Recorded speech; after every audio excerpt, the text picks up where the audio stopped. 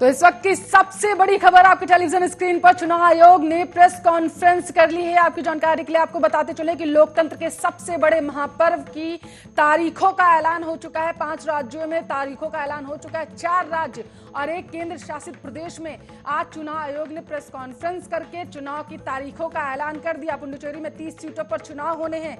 आपको बताते चले उम्मीदवार सहित 5 लोगों को घर घर जाने की इजाजत दे दी गई है। ये कहा गया है, जानकारी दी गई है प्रेस कॉन्फ्रेंस में सुनील अरोड़ा ने। आपको बताते चले उन्होंने जानकारी दी, सभी मतदान केंद्र ग्राउंड फ्लोर पर ही रहेंगे। ये इसलिए किया गया है ताकि बुजुर्गों को किसी तरीके की परेशानी ना हो सके। और कोविड के टाइम पे जिस तरीके से अगर देखें, बिहार में कोविड के बीच में सबसे पहला विधानसभा चुनाव हुआ था और उसके बाद सुनील अरोड़ा ने कहा है, आपको बताते चले कि ये बेहद बड़ी जिम्मेदारी होगी जिस तरीके से एक साथ 5 राज्यों में चुनाव होने जा रहे हैं कोविड-19 के बीच में। तो इस वक्त की सबसे बड़ी खबर आप सुन पा रहे हैं आर्या न्यूज के जरिए। घर घर प्रचार के लिए 5 लोगों को जाने की इजाजत दी गई है। चुनाव आयोग ने प्रेस कॉन्फ्रेंस करके आपको बताते चले ये बेहद महत्वपूर्ण जानकारी साझा की है। यहाँ पर आपको बताते चले कि कब खत्म हो रहा है इन 5 राज्यों में जो कार्यकाल है चुनाव को खत्म हो रहा है। सबसे पहले बात करते हैं बंगाल की। बंगाल विधानसभा का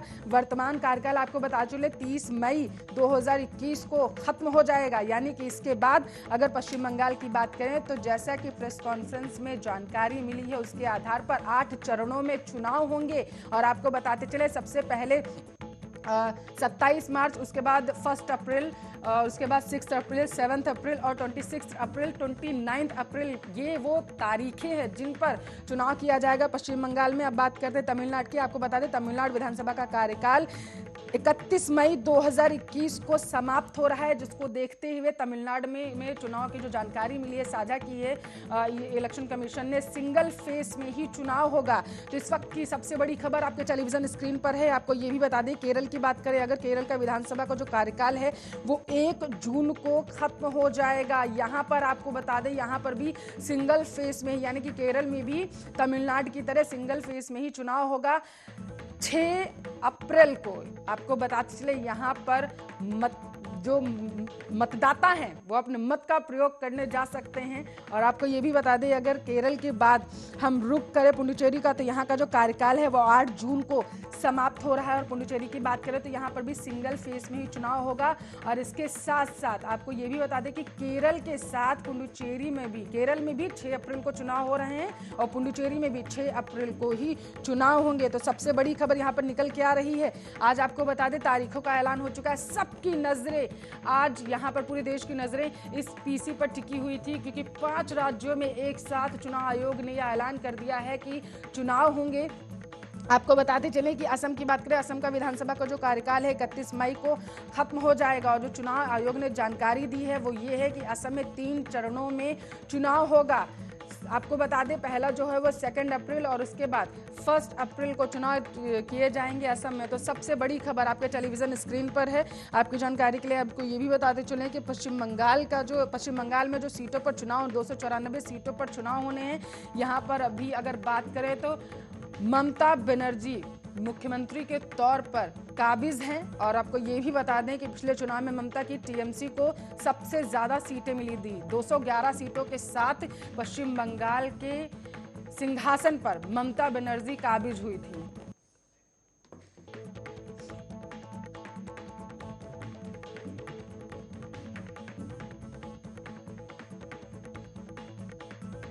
तो आपको बताते चलें कि 5 राज्यों में इलेक्शन कमीशन ने चुनाव की तारीखों का ऐलान कर दिया। इस मुद्दे पर ज्यादा चर्चा करने के लिए वरिष्ठ पत्रकार धनोज कुमार माफ करिएगा, हमारे साथ लाइव जुड़ गए। धनोज जी, स्वागत है आर्या न्यूज पर। बहुत बहुत धन्यवाद। सबसे बड़े लोकतंत्र के तारीखों का, महापर्व का अगर मैं कहूं तो वो ऐलान हो चुका है। सबसे पहले क्या कहेंगे आप इस पूरे मामले पर? बहुत बहुत शुक्रिया सर्वप्रथम आर्या का। और 2 लाइन से मैं शुरुआत करूंगा। हो चुकी है घोषणा अब रन होगा, हो चुकी है घोषणा अब रन होगा, जीतेगा वही पार्टी जिसके साथ जनता का मन होगा। देखने वाली बात यह है, चुनाव आयोग के पीसी पे नजर डालते हैं तो जिस तरह से चुनाव आयोग ने पीसी में अपने शुरुआत किया घोषणाओं का कि कहां कहां पहले होगा, तो सबको लगा था कि सर्वप्रथम चुनाव आयोग जो है नाम लेगा बंगाल का, पश्चिम बंगाल, लेकिन हुआ नहीं। उन्होंने शुरुआत की असम से, और असम के बाद केरल, केरल के बाद तमिलनाडु, और पुडुचेरी के बाद उन्होंने सबसे लास्ट जगह दिया उन्होंने पश्चिम वेस्ट बंगाल को, बंगाल। बिल्कुल।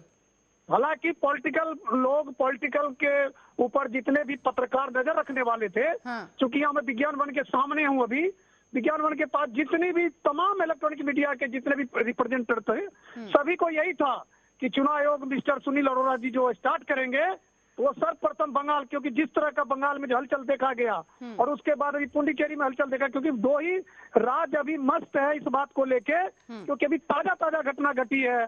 आपको पुडुचेरी में वहाँ एक एक करके कांग्रेस के विधायक ने इस्तीफा देकर, जो समय से पहले ही वहाँ जो जिस तरह से किया है तांडव, उसको देखते मुझे लगा था कि केंद्र शासित राज्यों का भी चर्चा पहले होगा, लेकिन उन्होंने सबसे चौथे स्थान पर पुडुचेरी को रखा। तो इसलिए देखने वाली बात अब ये है कि किस तरह से अब चुनाव आयोग कंट्रोल कर पाती है लॉ एंड ऑर्डर को बंगाल में। लॉ एंड ऑर्डर, क्योंकि सबसे ज्यादा अगर कहीं पर अभी चिंता है लॉ एंड ऑर्डर की, तो वो बंगाल है। क्योंकि अब बीजेपी मुस्कुरा रही होगी, बीजेपी इसलिए मुस्कुरा रही होगी क्योंकि अब प्रॉपर उसको जो वहाँ की जो पुलिस प्रशासन थी जो बंगाल के, अब वो स्वतः ऑटोमेटिकली आज जो घोषणा हुई उसके तहत चुनाव आयोग के अंडर में आ गया।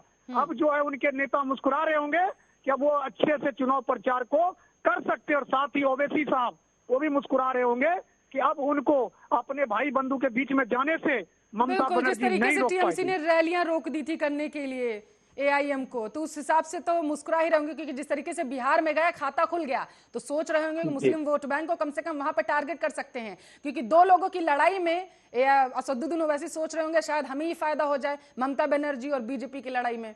जी, उनके लिए फायदा। देखिए, अगर उनका एक भी विधायक जीतता तब भी फायदा है, क्योंकि उनका पहला चुनाव वहाँ पे बिहार में उन्होंने खाता खोला, 5 कैंडिडेट जीता उन्होंने, तो इसको आप छोटी मोटी बातें नहीं कह सकते उसके लिए। उनका देखिए चुनाव आयोग के अनुसार जो पार्टी के लिए वोटिंग का होना बहुत जरूरी है। अगर वोट लड़ रहा है तो पार्टी जो है केंद्रीय पार्टी बन जाती है, अभी क्षेत्रीय पार्टी है। जब उसको पूरा कर लेता है उनका पैमाना, तो उनको दर्जा मिल जाता राष्ट्रीय पार्टी का।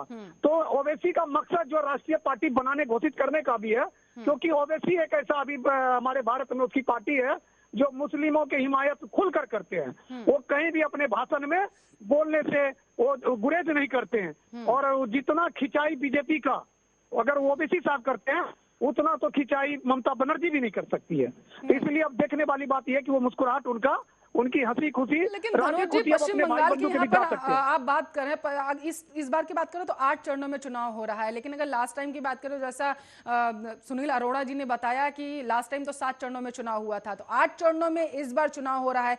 सुरक्षा व्यवस्था को देखते हुए या फिर अभी की जो वहां पर स्थिति बनी हुई है उसको देखते हुए?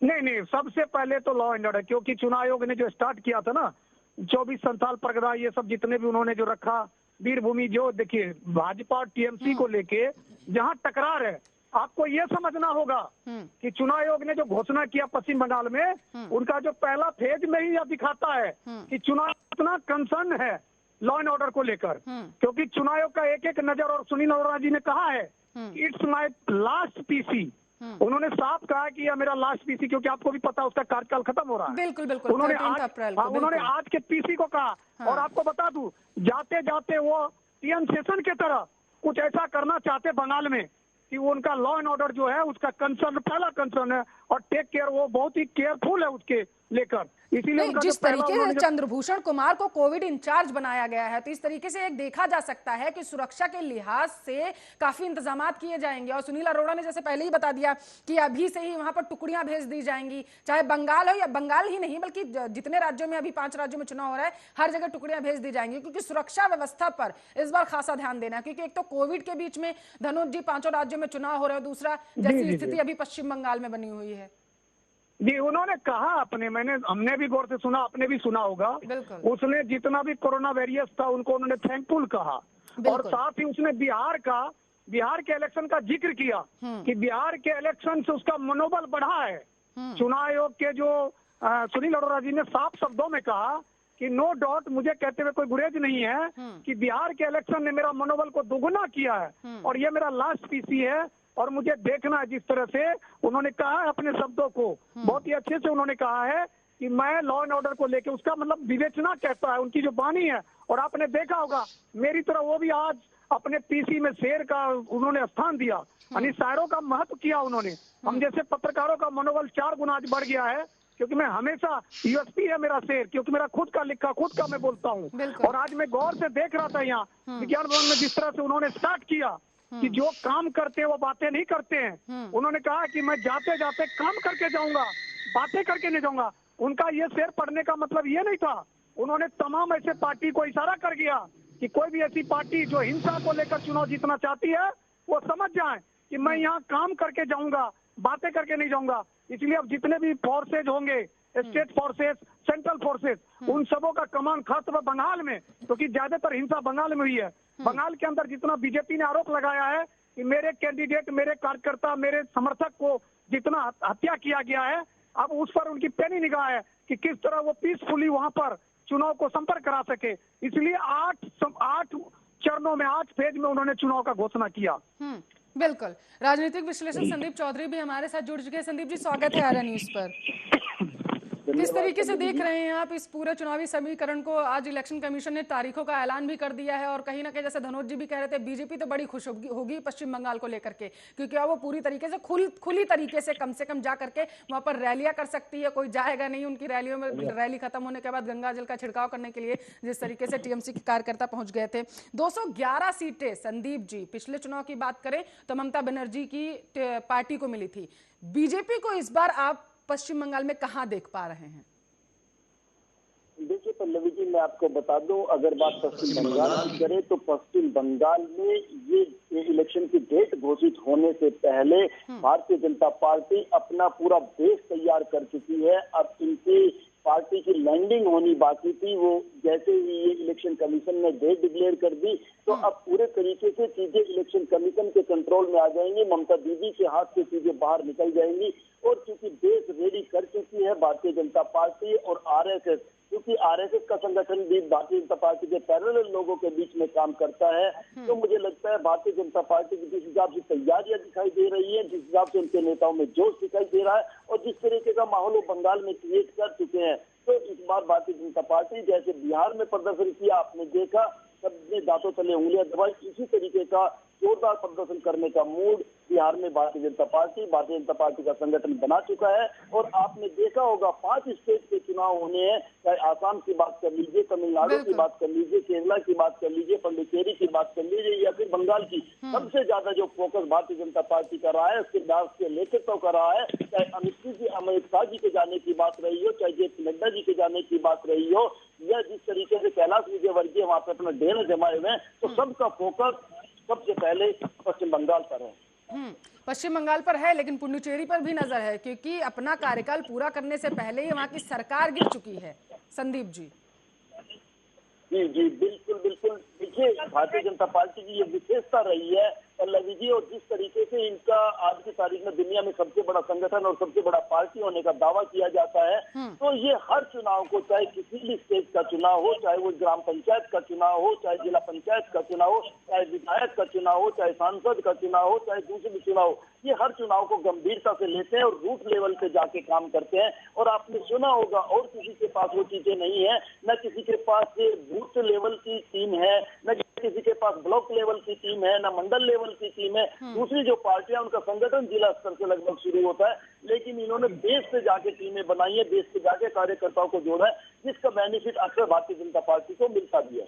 ठीक है, धनोज जी भी हमारे साथ जुड़े हुए हैं। धनोज जी, आप कहां देख पा रहे हैं? क्योंकि अगर पिछले चुनाव की बात करें तो बीजेपी खासा प्रदर्शन कुछ वहां पर पश्चिम बंगाल में कर नहीं पाई थी, लेकिन इस बार उसकी साख की बात बन चुकी है पश्चिम बंगाल में सरकार बनाने को लेकर। साम दाम दंड भेद यहां पर पश्चिम बंगाल में सब कुछ अपनाने की कोशिश की जा रही है। आप जमीनी स्तर पर कहां देख रहे हैं चीजों को? देखिए पल्लवी जी, नेशनल जनरल चुनाव और स्टेट जनरल चुनाव में बहुत धरती आसमान का फर्क है। नेशनल चुनाव में इसलिए 18 सीट उन्होंने ले लिया क्योंकि वहां देखिए पूरे सभी को पता, पूरे भारत को पता है कि नरेंद्र मोदी के टक्कर का कोई नेता विपक्ष के पास नहीं था, और विपक्ष के सारे नेता का जो यूनिटी था वो बिखरा हुआ था। सिर्फ बातों में यूनिटी था, कर्मों में यूनिटी नहीं था, जिस वजह से नरेंद्र मोदी जी का जो सीट जो था, जिस तरह से बंगाल में उन्होंने 18 सीटें ले आया। लेकिन जैसा अभी मैं सुन रहा था और बोल रहे थे, देखिए आपने पुडुचेरी का जिक्र किया ना, पुडुचेरी में सरकार लोग कहते गिर गई, लेकिन बहुत सारे लोग कहते सरकार गिराई गई। अब देखने वाली बात यह है कि बीजेपी अगर पुडुचेरी में सरकार नहीं बना पाती है तो उस टाइम बीजेपी की बाकी बहुत किरकिरी होगी। दूसरी बात आपको देखना होगा बंगाल में अभी वर्तमान में इसको 3 ही विधायक है और 211 विधायक उनको माँ माटी मानुष का नारा देने वाली ममता बनर्जी टीएमसी को है। अब सवाल ये होता है कि टीएमसी जो देखिए लीडिंग सरकार जो भी होती है वो किस तरह से पुलिस को ऑर्डर देती है सबको मालूम है। पुलिस जो है राज्य सरकार के अधीन है, तो राज्य सरकार फेडरल नेचर में जो आदेश करेगा वही होगा। और जैसा कि आपने देखा कि बीजेपी अक्सर इल्जाम लगाया और उसके इल्जाम में कहीं ना कहीं जो है 50% जो सच्चाई दिखी कि किस तरह से पत्थरबाजी होना, किस तरह से उनके बड़े बड़े नेता जो असुरक्षित होना बंगाल में। अब सवाल उठता ये कि जैसे अभी चौधरी साहब बोल रहे थे कि बूथ स्तर तक है, तो देखिए टीएमसी का भी बंगाल में बूथ स्तर तक है। सवाल ये है कि अब जो है परफॉर्म कितना कर पाती है बीजेपी। अगर बीजेपी अब वाकई परफॉर्म कर पाती, क्योंकि बीजेपी का टारगेट ही है वहाँ राष्ट्रवाद को जन्म देना, राष्ट्रवाद का पौधा उन्होंने लगा दिया। अब सींचने का जो 8 चरणों में जो ये रखा गया फेज में, अब वो कितने वहाँ पर सभा करती है और खास तौर पर देखा जाएगा संदीप जी, राष्ट्रवाद का झंडा लेकर के तो बीजेपी दिल्ली में भी चुनाव जीतने के लिए आई थी ना, लेकिन काम तो नहीं आया ना। अब स्टार प्रचारकों की लिस्ट जारी हो चुकी है, योगी आदित्यनाथ भी जाएंगे पश्चिम बंगाल में चुनाव करने के लिए।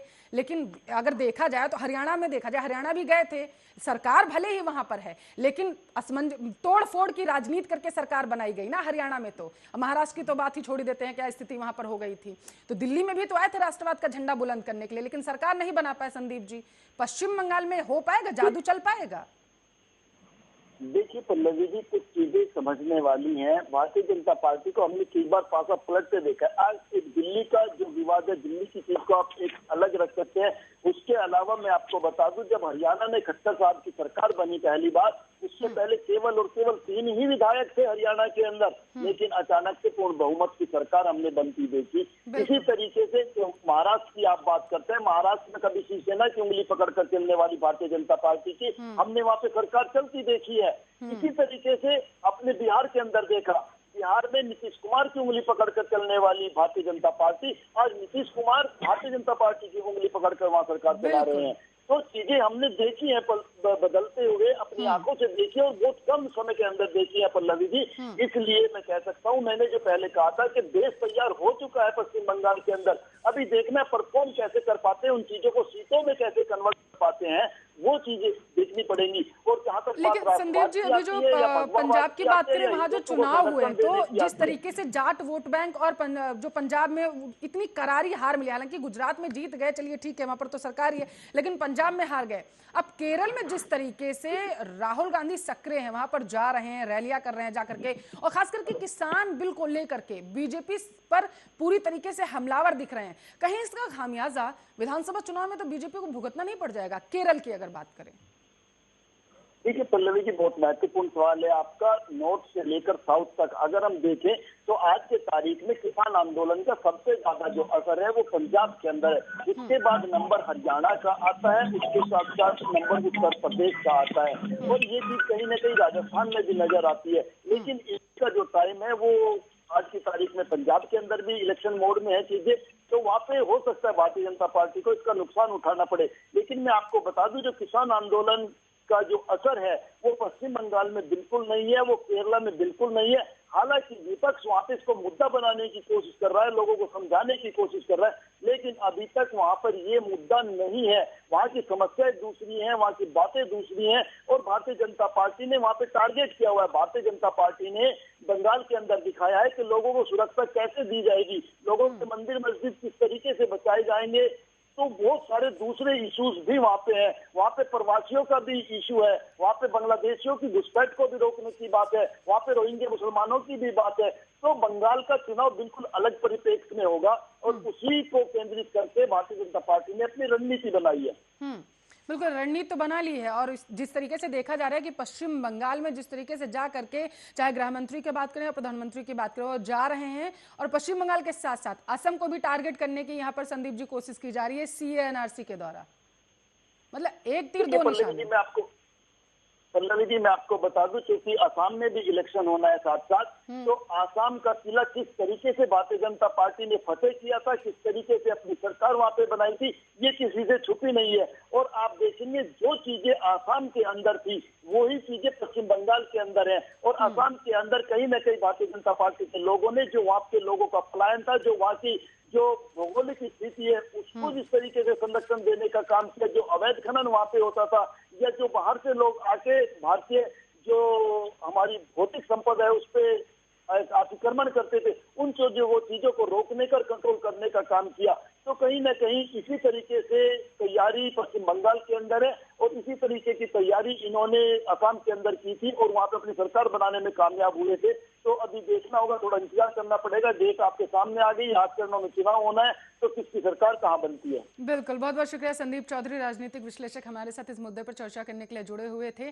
वरिष्ठ पत्रकार धनोज कुमार लगातार जुड़े हुए हैं हमारे साथ मुद्दे पर चर्चा करने के लिए। धनोज जी, असम के पूरे समीकरण को आप किस तरीके से देख रहे हैं? गृह मंत्री गए, वहां पर जाकर के अपनी रैलियों में सीधे तौर पर उन्होंने कहा कि सीएए और एनआरसी तो आकर के रहेगा। और सबसे बड़ी बात यह है, अगर पश्चिम बंगाल को देखा जाए तो वहां पर भी जिस तरीके से मतुआ समुदाय की बात करें तो वो तो चाहता ही है कि उसे नागरिकता मिल जाए। अब वहां के, और इसमें कोई दो राय नहीं है कि इस समुदाय का जो प्रभुत्व है वो असम में भी कहीं ना कहीं देखने को मिलता है। तो एक तीर से दो निशाने क्या हो सकते हैं? ऐसा है पल्लवी कि मैं आपको बता दूं, आपको असम और बंगाल में समझना पड़ेगा। बंगाल में प्रेशर ज्यादा है क्योंकि आपको भी पता, पहले से बांग्लादेशी बहुत सारे लोग वहाँ आए हुए हैं, रोहिंग्या भी आए हुए जिनका कहीं न कहीं वोटर लिस्ट में नाम चढ़ गया। जैसे चढ़ा उस पर तो अभी मैं नहीं जाऊंगा, लेकिन वहाँ और यहाँ में अंतर, यहाँ हिंदुओं का बोलबाला ज्यादा असम में, इसलिए एनआरसी और सीए का जो जिक्र कर रहे हैं प्रधानमंत्री जी, उसके पीछे खुला एक इशारा है, खुला एक इशारा है कि जो हमारे यहाँ का जो मूलवासी कहे जाते हैं, मूलवासी पर जो बाहर के वासी भारी हो चुके हैं, उनको वो इशारा कर रहे हैं कि आप सरकार लाइए और हम ये काम करेंगे। लेकिन बंगाल में उल्टा है, बंगाल में जोखिम लेना नहीं चाहते हैं। बंगाल में इसलिए जोखिम लेना नहीं चाहते क्योंकि अगर खुल के प्रधानमंत्री जी अमित शाह या मान लीजिए जेपी नड्डा जी इस तरह का भाषण देंगे, बोलेंगे, तो वहाँ खामियाजा भुगतना पड़ेगा। क्योंकि मुस्लिम का जो मुस्लिम बहुल जो है वो कुछ ज्यादा है, मुस्लिम बहुल कुछ ज्यादा है, जिसके बल पर ममता बनर्जी कूद रही है और जिसके लिए ममता बनर्जी को डर भी है कि अगर तमाम विपक्ष सक्रिय हो गया, जैसे मान लीजिए जनता दल यू सक्रिय हुआ, वहाँ पे आरजेडी सक्रिय हुआ, तो आरजेडी को देखिए, आरजेडी के प्रति मुस्लिमों का झुकाव है, लेकिन आरजेडी का सक्रिय होने के बाद ममता बनर्जी को चिंता भी हुई।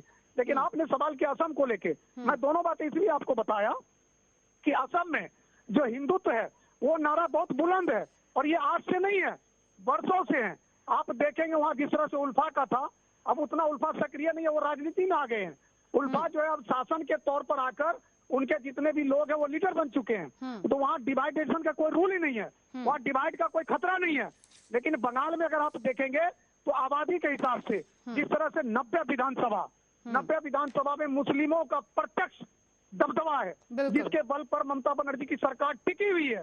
और ममता बनर्जी इस बात को जानती है, जब तो ममता बनर्जी जय श्री राम का कान में बोली सुनते बिदक जाती है, जैसे गाँव घर में गाय बैल जो है बिदक जाती भोपू भोपू बजने पर, तो उनको जो जय श्री राम एक भोपू की तरह लगता है। लेकिन ममता बनर्जी को सोचना चाहिए कि जय श्री राम जो है वो हमारे देश का आत्मा है, हमारे देश की जो है पहचान, हमारे देश को विदेश में रिप्रेजेंट करता, पूरे विदेश में भी प्रभु श्री राम मर्यादा पुरुषोत्तम श्री राम भगवान को जानते हैं। तो कहीं ना कहीं ममता बनर्जी इस बात को लेकर, चूंकि उनको बदलाव लाना चाहिए, उनको लगता है कि अगर मैंने जय श्री राम बोल दिया तो लगेगा कि कहीं ना कहीं हमारा भी टचअप हो चुका है।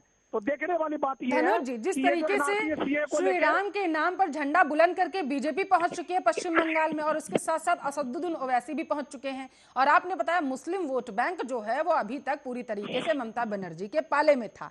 क्या अब ये दोनों पार्टियां ममता बनर्जी की टेंशन बढ़ा सकती हैं? एक तरफ हिंदू वोट बैंक बीजेपी के पाले में ना चला जाए और दूसरी तरफ मुस्लिम वोट बैंक जो है वो असदुद्दीन ओवैसी के पाले में ना चला जाए, ये टेंशन है क्या ममता बनर्जी को? हो सकती है? बिल्कुल टेंशन है पल्लवी, क्योंकि एसएफआई का भी गठन किया गया।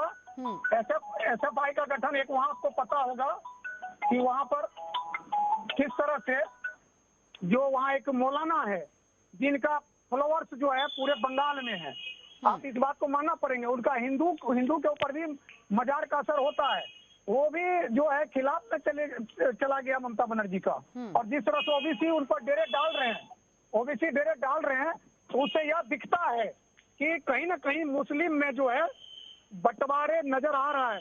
अब देखने वाली बात यह है कि जिस तरह से मैं नाम नहीं लूंगा, एक लड़का है जो लॉ की तैयारी करता है, लॉ है, वो अक्सर बीजेपी के खिलाफ बोलते हैं, और जिस तरह से बंगाल में जाकर अपने लोगों के बीच में जो उर्स करके बोला है, जिस तरह से उन्होंने कहा है कि जहाँ जहाँ बीजेपी आई है मुसलमानों को दिक्कत हुई है, लेकिन मुसलमान भी इस बात को समझ रहा है कि बीजेपी के आने से दिक्कत नहीं होती और कोई भी मुसलमान टेंशन लेना नहीं चाहते हैं। बंगाल में जिस तरह से हो रहा है, उसको लगता है हार होने पर और गुस्सा हो सकता है, तो इसलिए मुसलमान भी जिस तरह से बयानबाजी अभी हम लोगों ने भी देखा सोशल मीडिया पर कि बहुत सारे मुस्लिम, बड़े बुजुर्ग मुस्लिम को बीजेपी का झंडा बुलंद करते हुए देखा और राष्ट्रवाद का नारा करते हुए देखा, और उन्होंने कहा कि भारत का माटी। ठीक है, हमारे साथ बीजेपी के प्रवक्ता राहुल आनंद भी जुड़ चुके हैं। राहुल जी, खुश तो बहुत होंगे आज आप, ईसी ने पीसी करके सीधे तौर पर चुनाव की तारीखों का ऐलान कर दिया। अब आप लोगों को परमिशन लेने की जरूरत नहीं पड़ेगी कम से कम, और आप लोगों की रैलियों के बाद कोई गंगा जल का छिड़काव भी नहीं करेगा, जा करके आराम से जाके कर सकते हैं रैलियां। खुश हैं? देखिए, ये लोकतंत्र है और हर किसी को अपनी भाषा का, अपनी व्यवहार का, बातों का प्रचार करने की अनुमति प्रदान होती है।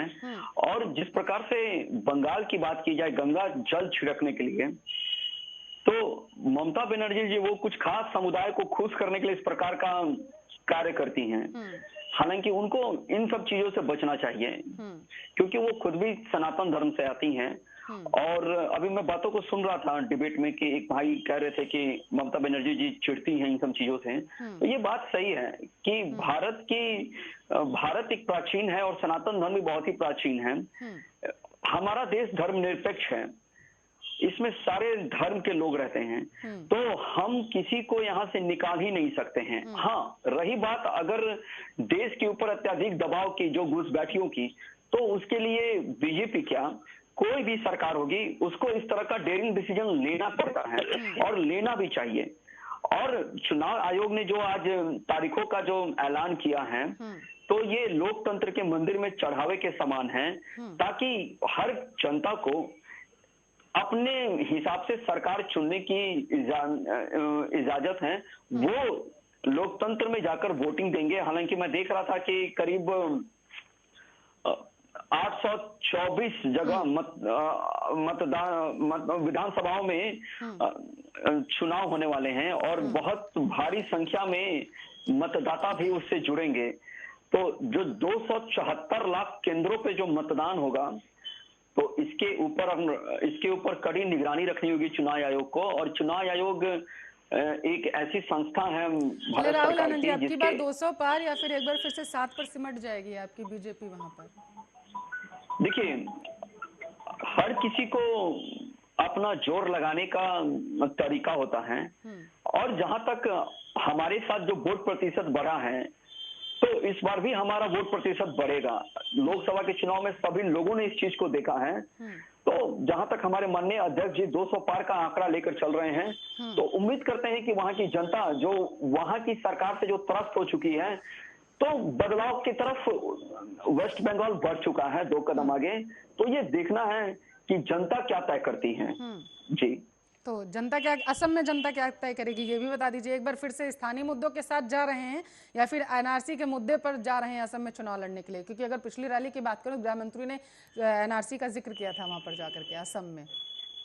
देखिए, सीए और एनआरसी जो है वो हमारा संविधान है, जिसमें आर्टिकल 5 से लेकर 9 तक की चर्चा होती है, और वो करेंगे, उसके ऊपर भी हम लोग करेंगे। लेकिन पहले जो सामने जो स्थानीय मुद्दा है, आपको याद होगा कि कांग्रेस के टाइम से एक बहुत ही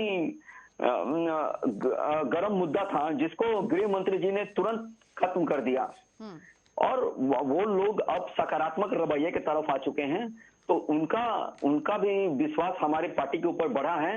और जो वहां के स्थानीय बात है वो तो रहेगी ही दायरे में, और साथ में राष्ट्रीय पार्टी होने की वजह से राष्ट्र का हित भी हम वहां चर्चा करेंगे। जी, राष्ट्र का हित देखेंगे जाकर के। लेकिन सबसे बड़ी बात यह है कि एक बार फिर से आप लोग जैसे दिल्ली की बात करें या फिर महाराष्ट्र की बात करें, तो सीए एनआरसी को लेकर के और राम के नाम पर आप लोग गए थे चुनाव जीतने के लिए, इस रण क्षेत्र को जीतने के लिए, और ऐसी ही तस्वीरें इस बार पश्चिम बंगाल और असम से, जहां पर आप लोग गए हैं अभी रैलियां करने के लिए, वहां से भी निकलकर सामने आ रही हैं। स्थानीय मुद्दों पर चुनाव जीतेंगे या फिर राम के नाम पर? देखिए, मुद्दा तो स्थानीय होगा, और जहां तक राम की बात है, देखिए मैं बता रहा हूं, और जहां तक राम की बात है, तो राम हमारे मर्यादा रहे हैं, पूरे विश्व में उनकी पूजा की जाती है, और बीजेपी के जन का कहीं ना कहीं श्रेय श्री राम को ही जाता है। तो श्री राम हमारे ऊर्जा के स्रोत हैं, उसे हम कभी नहीं भूल सकते हैं, चाहे वो कहीं भी जाकर हम चुनाव लड़े, किसी भी प्रकार से लड़े। स्थानीय और मुद्दों जो को भूल जाएंगे स्थानीय नहीं, मैं आ रहा हूँ, जो स्थानीय मुद्दे की बात है, आपने देखा होगा कि हमने बिहार में भी सरकार बनाई तो स्थानीय मुद्दा था वहां पे। हमने जरूर अपनी बातों में राष्ट्रीय मुद्दा का जिक्र किया और स्थानीय मुद्दे का भी जिक्र किया, लेकिन जो हमारा ट्रेंड है, हमारा जो परिवार का कल्चर है, वो हमारे देश को लेकर चलता है। अब आपको मैं बताना चाहूंगा कि राज्य कब जीतेंगे? राज्य तभी जीतेंगे जब आप वहां की स्थानीय लोगों की स्थानीय बातों को समझेंगे, वहां की स्थानीय समस्याओं का निदान करेंगे, तब आप राज्य जीतेंगे। जब राज्य जीतेंगे उसके बाद आप एक देश का निर्माण करेंगे, तब देश के लिए आप सोचेंगे। तो जो हमारी राष्ट्रीय पार्टी है तो दोनों प्रकार से सोचती है। हमारे जो थिंक टैंक हैं उनको पता होता है कि किस प्रकार के मुद्दा कहाँ है, किससे उनको हल करना है। जी ठीक है। धनोज जी भी हैं, वरिष्ठ पत्रकार हमारे साथ जुड़े हुए हैं। धनोज जी, सहमत हैं राहुल आनंद जी की बातों से? स्थानीय मुद्दों पर चर्चा थोड़ी कम देखी गई है रैलियों में, और जैसा कि आरोप लगाती रहती है टीएमसी। पल्लवी, बंगाल के लिए थोड़ा मैं बता दूं, बंगाल की जादू का तिलिस्म तोड़ने के लिए बीजेपी ने किसी तांत्रिक या जादूगरनी से तंत्र मंत्र की दीक्षा नहीं ली है। अगर ये वहाँ के बंगाल की जादू, ममता बनर्जी बंगाल की जादूगरनी है, माँ माटी मानुष उन्होंने कहा, इन्होंने राष्ट्रवाद कहा है, लेकिन सबको पता बंगाल का जादू जन हर किसी पे भारी पड़ता है। जब दिल्ली में केजरीवाल कुछ भी नहीं जानते थे, वो भारी पड़ गए बीजेपी पे। बिल्कुल। तो बंगाल में तो देख, अभी मैं सुन रहा था इनको, और मैं एक बात बता दूं, हम जैसे पत्रकार हमेशा हर चीजों पर नजर रखते हैं, और बीजेपी के जो लोग हैं उन्होंने किस चीज पर नजर रखा है कि हमें सरकार बनानी है, लेकिन सरकार बनाने के लिए आपको देखना पड़ेगा, इन्हीं के घर से निकले हुए प्रशांत किशोर वहां पर ममता बनर्जी के साथ साये की तरह है, और वो एक मैनेजमेंट की तरह काम कर रहा है। उनका जो कंपनी है, उस कंपनी के जितने भी वर्कर हैं, वो तमाम 294 सीटों पर लोगों पर जाकर जिस तरह से उनके प्लानिंग बन रहे हैं, नुक्कड़ सभा हो रहे हैं, जिस तरह से तमाम चीजें, क्या बीजेपी ने उसके अगेंस्ट में कुछ किया? नहीं किया। इनके जो विजय वर्गीय जी हैं वो भी बहुत अच्छे गायक है, कलाकार हैं, लेकिन उनकी कलाकारी भी बंगाल में फेल होती दिख रही है। वो भी सिर्फ लोगों को, पत्रकारों को, मीडिया को क्या दिखाया? ईंट पत्थर जमा करके कि ये देखो जी, टीएमसी वाले ने हमें कितना तोहफा से स्वागत किया है।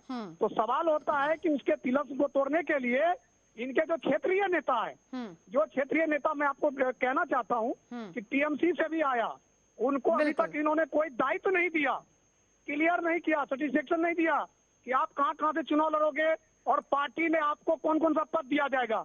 क्योंकि बाहर से आने वाले नेता जो है हमेशा भयभीत रहते हैं कि भाई मैं तो टीएमसी छोड़ के बीजेपी आ गया, लेकिन बीजेपी मेरा रोल तय नहीं हुई है।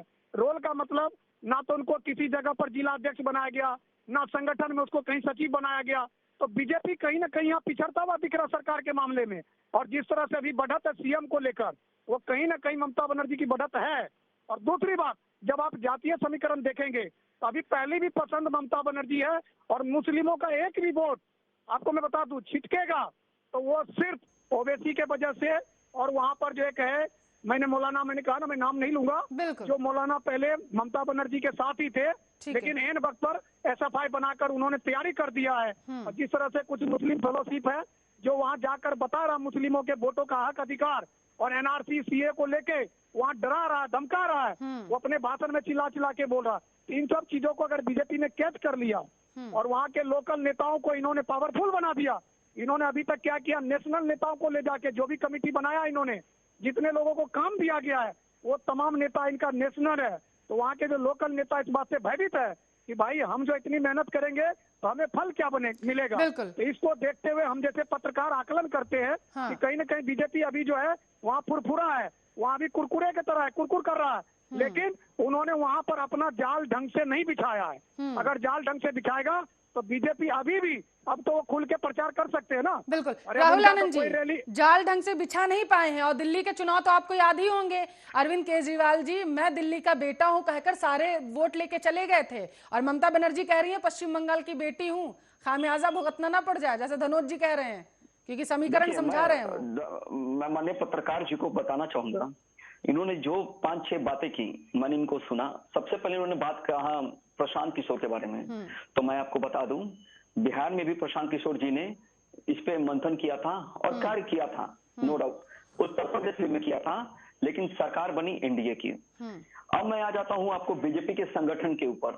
जो आपने ये बात की कि जो नए नेता जो आए हैं वहां के टीएमसी से, उनको कोई बड़ा प्रभार नहीं दिया गया है, तो मैं आपको बता दूं, कभी भी किसी फिल्म की जब डायरेक्शन दी जाती है ना, तो डायरेक्टर को पता होता है कि पुराना हीरो किस प्रकार से एक्ट करेगा तो वो चलेगा।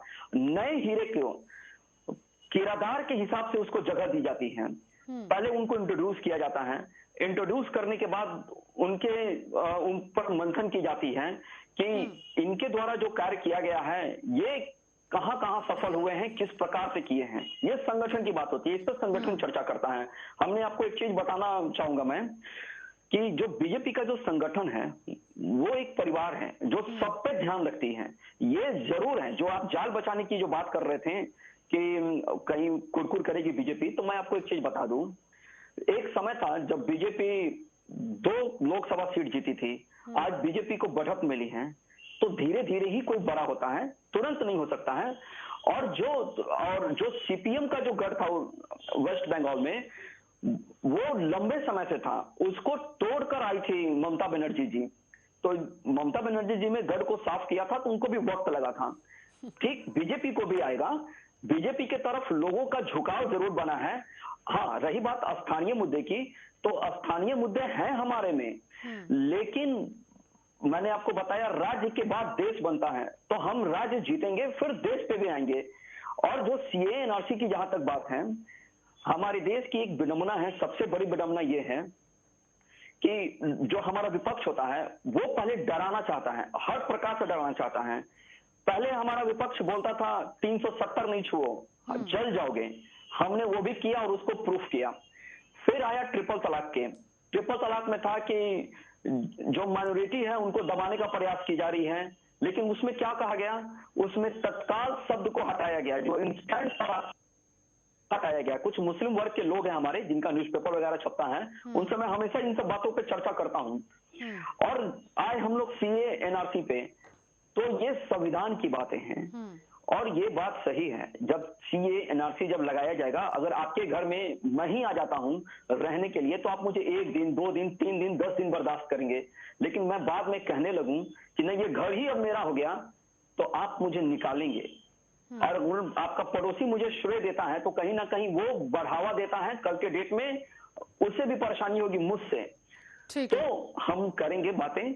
और जो हिंदू की जहां तक बात है, तो हम हर जगह बातें करते हैं, लेकिन हम पाकिस्तान में हिंदू धीरे धीरे अगर पैठ बनाने की आप बात कर रहे हैं ना, आप देश की सबसे बड़ी पार्टी अगर ये कहेगी कि धीरे धीरे समय लगता है, धीरे धीरे ही पैड बना पाएंगे, तो थोड़ा सोचनीय विषय हो जाएगा। राहुल आनंद जी, ठीक है, मुझे बताया जा रहा है आपको कहीं जाना है। चर्चा में जुड़ने के लिए बहुत बहुत शुक्रिया राहुल आनंद जी। बीजेपी के प्रवक्ता राहुल आनंद जी हमारे साथ जुड़े हुए थे। धनोज जी लगातार जुड़े। धनोज जी, क्या आपको सीरियसली लगता है कि ये जो शुभेंदु अधिकारी जैसे दिग्गज नेता, मतलब ममता बनर्जी के बेहद करीबी, अपने अपने गढ़ में महारत हासिल करे, पकड़ है इन लोगों की अपने अपने गढ़ में। जहां पर शुभेंदु अधिकारी रैली करने गए थे, उसके तुरंत बाद ममता बनर्जी पहुंच गई थी वहां रैली करने के लिए कि कहीं शुभेंदु अधिकारी वो वोट बैंक अपने पाले में लेकर के ना चले जाएं। इसके बाद भी बीजेपी अगर ये कह रही है कि नहीं, इंट्रोडक्शन दिया जाता है, पहले जनता के सामने लाया जाता है, उसके बाद उन्हें जिम्मेदारी दी जाती है, तो क्या सच में ऐसे दिग्गज नेताओं को इंट्रोडक्शन की जरूरत है या फिर सिर्फ ये लीपापोती कर रही है बीजेपी? अभी देखिए, इसको लिपापोती ही कह सकते हैं, क्योंकि बंगाल की एक कहावत इनको मालूम होना चाहिए। बीजेपी के जो नेता अब चले गए वो होते तो मैं जवाब देता। बंगाल में एक चीज है, जो नेता पहुंच जमा लेते क्रिकेटर के तरह, तो वो जो है ना सेंचुरी ही नहीं मारते, दोहरा 13 भी मार जाता। जैसे लेफ्ट वाले 35 सालों तक रहा, उसी राह पर चलते हुए ममता बनर्जी भी नजर आती है। ये चीज इनको समझने की जरूरत है, क्योंकि वहां पर जो ध्रुवीकरण है, ध्रुवीकरण का मतलब जड़े जो है, देखिए अभी भी बीजेपी इन बातों को समझने में, जैसे मैंने नाम लिया प्रशांत किशोर का, प्रशांत किशोर जला भी है और दूध का जला छाछ भी दिल्ली फूक फूक के पीता है। क्योंकि जिस तरह से बिहार में उसको जदयू ने अपमान किया, उपाध्यक्ष पद से हटाया, और जिस तरह से वो वहाँ तेलंगाना गए, उसके बाद आंध्रा गए, खुद देखिए उसने जो जगन रेड्डी जी को संभाला और क्या रिजल्ट निकला। तो हर बातों को ध्यान हम जैसे पत्रकार लोग प्रयास करते हैं कि जो है पूर्णग्राम, फुल स्टॉप, अर्धग्राम, ये सब पर जवाब देना। लेकिन बीजेपी के नेताओं को लगता है कि हमने जो 18 सीट ले लिया लोकसभा में तो वही आधार मानते हैं। मैंने कहा ना कि लोकसभा में मोदी जी के खिलाफ कोई नेता नहीं था विपक्ष के पास और एकजुट नहीं थे, और फिर भी ममता बनर्जी भारी पड़ गए थे। अगर वहां पर स्वीप कर जाते लोकसभा में तब मैं मानता, लेकिन लोगों के नजर में यह था, आप इसको दो तरह से देख सकते हैं हिंदू मुस्लिम करके, कि हिंदुओं का वोट जो था बीजेपी को आ गया और मुस्लिमों का वोट समझिए चला गया ममता बनर्जी को। मैं लोकसभा की बात कर रहा हूँ। लेकिन आप देखिए कि कितने 211 में कितने विधायक तोड़ा बीजेपी ने, कितना 7-8 ही तो निकले। और शुभेंदु अधिकारी की बात आपने किया, मैं मानता शुभेंदु अधिकारी, लेकिन वो खुद आए, अकेले आए। क्या उन्होंने अपने जितने भी संगठन के लोग थे क्या उनको लेकर बीजेपी में आया? नहीं ना। नेता आ जाते हैं, कार्यकर्ता नहीं आते। चुनाव में कार्यकर्ता काम करता है, नीचे कार्यकर्ता। वहां पर यह पैगाम दिया गया है, वहां मजबूती के साथ अभी भी टीएमसी भारी पड़ रहा बीजेपी पे, क्योंकि बीजेपी जिस तरह से लोकल कार्यकर्ताओं को कोई ताकत नहीं दिया, केंद्र में रहते हुए भी इनके कार्यकर्ता असहाय नजर आए। सबसे ज्यादा मरने वालों का लिस्ट बीजेपी का वहां पर, और बीजेपी कोई एक्शन नहीं लिया। तो वहाँ जो बंगाल में इस बात को राजनीतिकरण के तौर पर देखा गया कि बीजेपी कहीं न कहीं राजनीतिकरण करने में लगा हुआ है। बीजेपी अपने कार्यकर्ताओं को सेव करने में नहीं लगा हुआ था। अगर बीजेपी अगर मैसेज देती कि भाई मेरे कार्यकर्ताओं को अगर टीएमसी ने छुआ तो मैं केंद्र में हूँ, सबको पता केंद्र में ज्यादा पावरफुल है बीजेपी। बीजेपी पावरफुल होते हुए भी लोकल कार्यकर्ताओं को कोई मैसेज नहीं दे पाई। अगर वो दे पाती मैसेज तो आज इनके कैजुअलिटी नहीं होते ज्यादा, और कैजुअलिटी ज्यादा होने का निराधार यह निकलता है पल्लवी कि कहीं न कहीं वहाँ लोकल कार्यकर्ता आज भी भयभीत है। लोकल कार्यकर्ताओं को डर है कि हम अगर खुल के काम करेंगे तो उनका कार्यकर्ता मजबूत है टीएमसी का वहाँ, क्योंकि टीएमसी में एक वर्ग जो है जो वर्ग हथियार उठाने से, और धनोज जी यही वजह है कि टीएमसी अभी भी फूले नहीं समा रही है। टीएमसी का लगातार कहना है, ममता बनर्जी का भी बयान सामने आया था, क्योंकि मैं लगातार चर्चा भी कर रही हूँ जब से विधानसभा चुनाव का ऐलान हो गया है, तो इस मुद्दे पर उन लोगों का सिर्फ और सिर्फ यही कहना है कि जाइए लेके जाइए, विधायक ही लेके जा पाएंगे ना, लेकिन जमीनी पकड़ हमारी बहुत मजबूत है, क्योंकि ममता बनर्जी को जनता देखती है, हमारे कार्यकर्ता जनता के बीच में है। आप विधायक ही लेके जाएंगे, उन्हें नहीं लेके जा सकते। तो फूले तो अभी भी नहीं समा रही टीएमसी। बीजेपी ज्यादा विधायक लेके नहीं निकले ना। 211 में कितने तोड़े, अगर काउंटिंग करेंगे मेरे पैड पे लिखा हुआ है, इन्होंने उन्हीं विधायक को तोड़ा। बीजेपी उन्हीं विधायक का स्वागत किया जो पहले से कहीं न कहीं किसी यानी चिलवन में दाग था। ये तमाम चिलवन में दाग वाले नेताओं को अपने में मिला लिया। तो इस बात का ममता बनर्जी ने जोर शोर प्रचार किया कि गया तो मैं वो सब यूज नहीं करता, क्योंकि मैं सीनियर जर्नलिस्ट होने के नाते हम लोग मर्यादाओं में बात करते हैं कि जो चिलवन में दाग लगे हुए लोग यहाँ आ गए और वहां चले गए तो पवित्र। हाँ, एक बात मैं जरूर कहना चाहूंगा कि गंगा जल का छिड़काव भी अंतिम समय में किया जाता है। तो इस बात का संदेश जो है पूरे बंगाल में हिंदुओं में गया हुआ है। अगर हिंदुओं ने अगर उनका रडार बीजेपी का रडार से मैच हो गया तो थोड़ा बहुत तो फर्क पड़ेगा, लेकिन सरकार बनाने का जो 200+ की जो बात करते हैं बीजेपी, उस बात में उनके खोखले दावे हैं। बीजेपी के तमाम नेता धनोज जी, ये अति आत्मविश्वास है। आत्मविश्वास और अति आत्मविश्वास में बहुत बड़ा फर्क होता है, बहुत बड़ा अंतर होता है। ये बीजेपी को कहीं भारी तो नहीं पड़ जाएगा? पड़ेगा ना भारी, मैं तो कह रहा हूँ आपको, उनको भारी पड़ेगा। उनके जो महासचिव प्रभारी वहां पर असुरक्षित है। इस बात को देखिए ना, राजनीतिकरण करने का तो काम किया है। इन्होंने कोई प्रेस कॉन्फ्रेंस नहीं की, कोई संयुक्त मोर्चा का कोई वो नहीं निकाला। एनडीए की गवर्नमेंट है ना केंद्र में, इन्होंने अपने सहयोगियों से तो बयान दिलवा सकते थे। बीजेपी वाले ने जितने भी कैजुअलिटी हुआ पश्चिम बंगाल में, ना डायरेक्ट बयान दिया ना अपने सहयोगियों से बयान दिलवाया। और जिस तरह से अभी कुछ चल रहे हैं बॉर्डरों पर, जो किसान यूनियन, मैं उसको किसान का वो यूनियन का ही कहूंगा, धरना प्रदर्शन, वो उनमें उनको उलझा दिया। तो विपक्ष, अगर मान लीजिए बीजेपी उलझाना चाहती है, जानती है, तो क्या विपक्ष नहीं जानती है? अरे कांग्रेस भी बहुत पुरानी सरकार रही है। अभी मान लीजिए दिल्ली में जो बैठी हुई सरकार है, ये भी बहुत ही मस्त सरकार है। मस्त मतलब क्या, प्लान बनाने में, क्योंकि भाई वो 2 बार यूपीएससी कंप्लीट किया, IIT कंप्लीट किया, और किस तरह से जी देखो जी करके 3 बार मुख्यमंत्री बन गए। आप यह देखिए ना कि आपको देखना पड़ेगा कि देखो जी, मुझे यह कहता कि मैं ईमानदार हूँ और मुझे कहता कि ये बेईमान, मेरी फाइलें लेके चली गए। वो फाइलें जिसमें जनता के लिए योजना बनाए थे, तो वहां भी इन्होंने कोई काउंटर नहीं किया बीजेपी ने, जिसका खामियाजा भुगतना पड़ा। एनआरसी को लेकर शाहीन बाग बने, शाहीन बाग को तोड़ने के लिए बीजेपी ने कोई हथकंडा ढंग का नहीं अपनाया, जिसके वजह से बीजेपी को सिर्फ 8 सीट आए। अब खुश हो गए बीजेपी कि भाई मुझे वोट प्रतिशत ज्यादा आया। लेकिन बंगाल में जिस तरह से तमाम नेता इनके मोर्चा संभाले हुए हैं, बनाए हुए हैं, ईंट पत्थर के बीच भी विजय कैलाश वर्गीय जो साहब, जो प्रभारी इनके महासचिव है, वो डेरा जमाए रहे। जिस तरह से इनके अध्यक्ष दिलीप घोष जी आए दिन बयानबाजी कर रहे हैं, लेकिन वो कभी भी क्षेत्रीय कोई भी नुक्कड़ सभा, क्षेत्रीय सभा, कोई भी ग्रामीण सभा उन्होंने कहीं नहीं किया। अगर करता तो उसका असर दिखता। और ममता बनर्जी को देखिए, अभी हाल फिलहाल स्कूटी लेके चल दी और गिरने का ड्रामा भी कर दी कि देखो जी, वो गिरने का ड्रामा क्यों किया? वो अपने राज्य के जनता को, अपने समर्थक को मैसेज दिया कि बीजेपी मुझे इसी तरह करना चाह रही है, अगर मैं गिर गया तो तुम्हारा मान सम्मान भी गिर जाएगा। उनका संदेश था जो अभी वायरल हो रहा। और बीजेपी को समझने की जरूरत है। बिल्कुल। टीएमसी के नेता दयाशंकर सिंह भी हमारे साथ जुड़ चुके हैं। दयाशंकर जी, स्वागत है आर्या न्यूज पर। इलेक्शन कमीशन की पीसी से पहले ही ममता बनर्जी के घर में पूजा होने लगी। भगवान को भी मनाया जा रहा है क्या कि इस बार चुनाव जिता दिया जाए? हैट्रिक तो लगनी ही चाहिए। सर्वप्रथम जो है, जो भी लोग 18 करोड़ के करीब मतदाता हैं और जो भी चुनाव में पार्टिसिपेट कर रहे हैं टोटल लोग, उनको हार्दिक बधाई और शुभकामनाएं तृणमूल कांग्रेस की तरफ से। रही बात पूजा पाठ करने की, तो हम लोग स्थान जानते हैं ना कि कहाँ पे पूजा पाठ किया जाना चाहिए, कहाँ पे पूजा पाठ नहीं होना चाहिए, ये चीजें क्लियर होनी चाहिए। लेकिन क्या है कि जो दूसरी पार्टी के लोग हैं, उनका नाम क्या लिया जाए, उन लोगों को तो पूजा पाठ कहाँ किया जाता है, कब किया जाता है, उसका स्थान क्या होता है, अगर वो अपने धर्म को सही तरीके से मानते, अपने धर्म का बाजारीकरण नहीं करते, तो उनको ये चीजों का ज्ञान होता कि पूजा पाठ कब करना चाहिए, कहाँ करना चाहिए और पूजा पाठ करने का तरीका क्या होता है।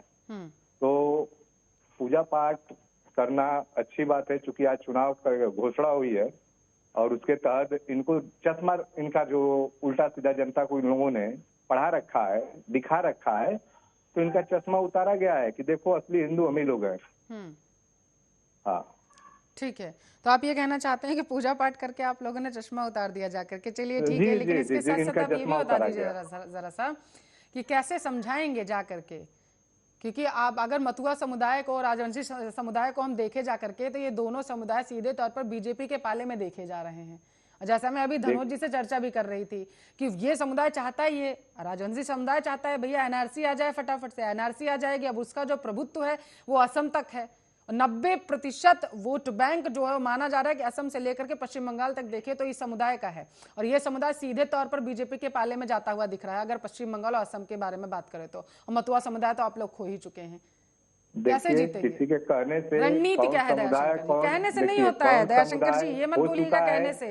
ये समीकरण है जो पश्चिम बंगाल और असम से निकलकर सामने आ रहा है दयाशंकर जी, और मानना पड़ेगा आपको।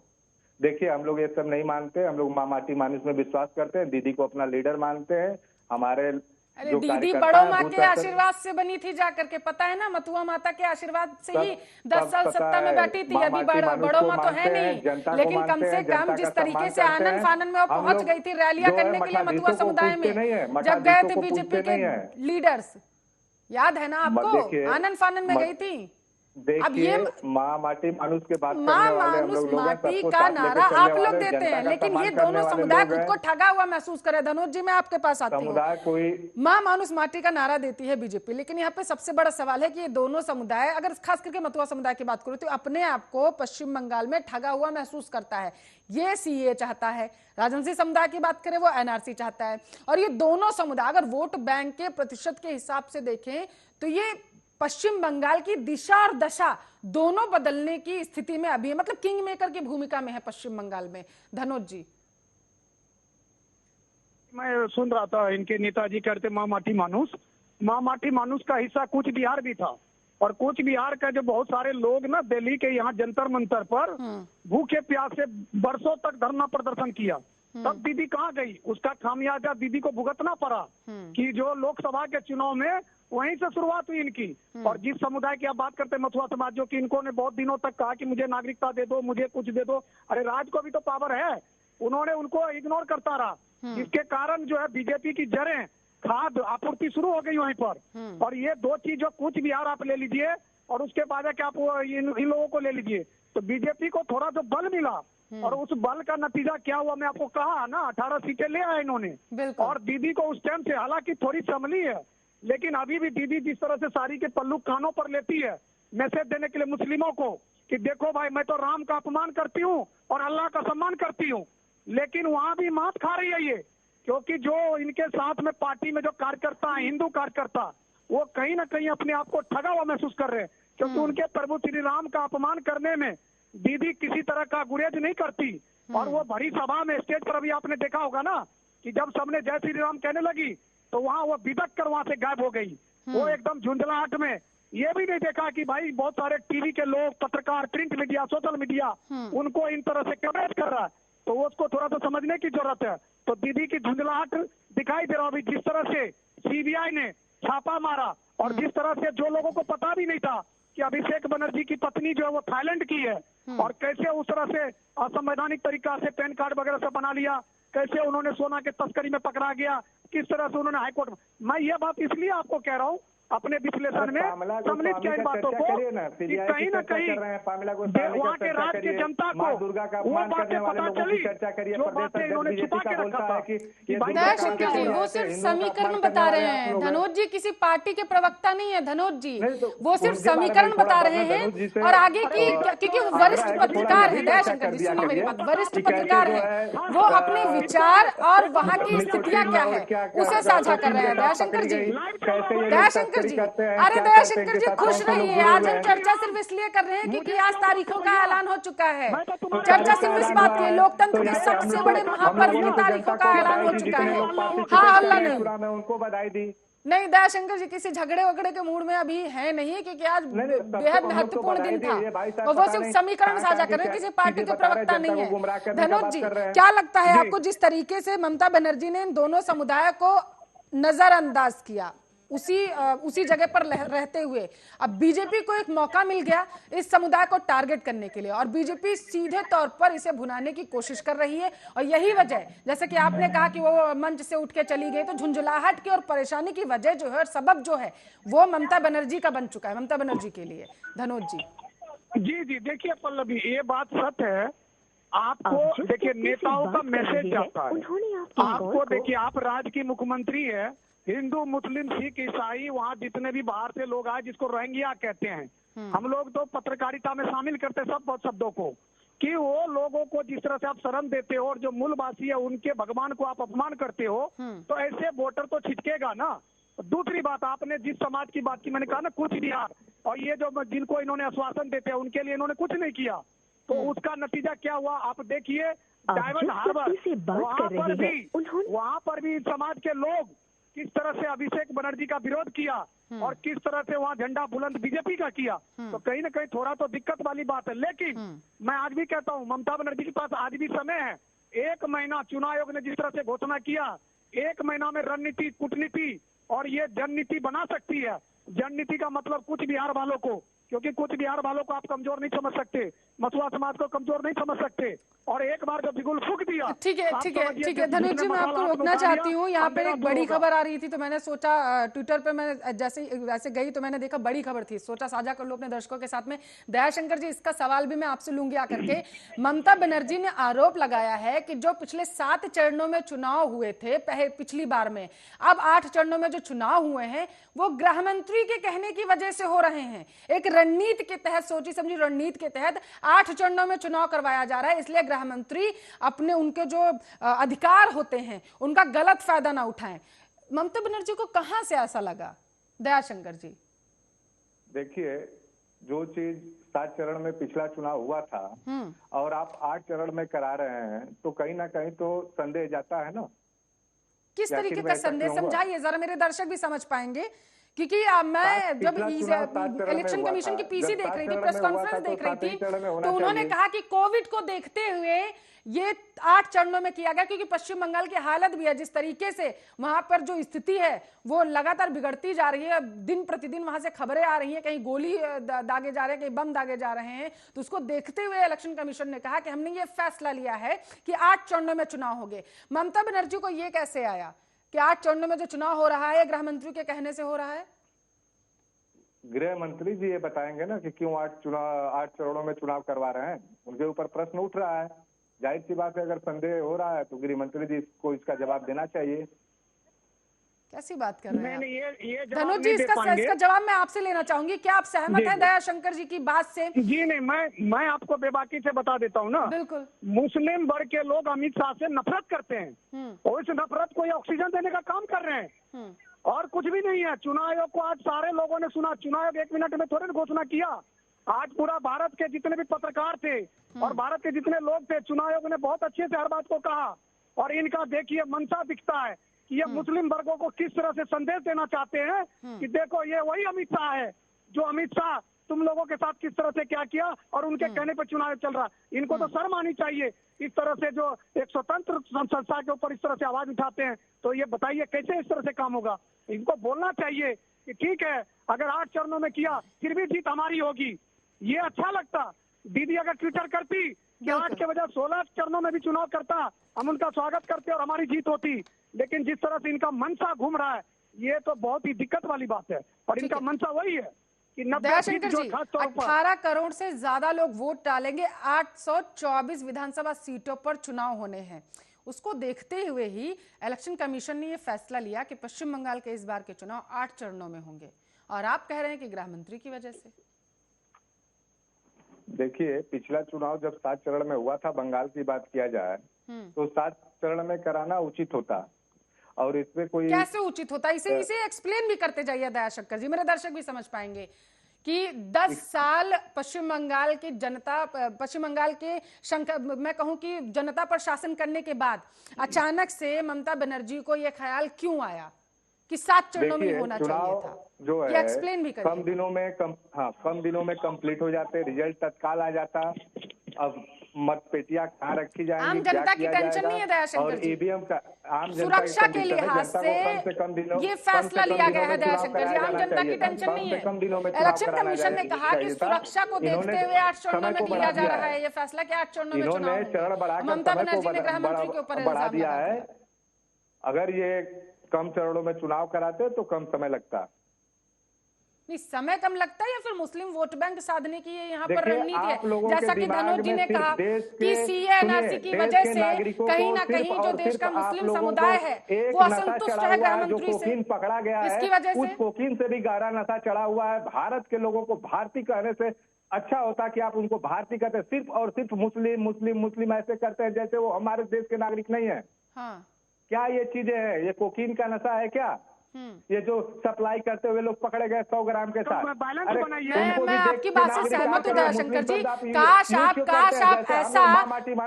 आप ऐसा मथुआ समुदाय के लिए करते ना, जिनकी भावनाओं के साथ आप लोगों ने 10 साल तक खिलवाड़ किया है दयाशंकर जी, तो तस्वीरें पश्चिम बंगाल की बिगड़ती नहीं और मथुआ समुदाय आप लोगों के साथ होता।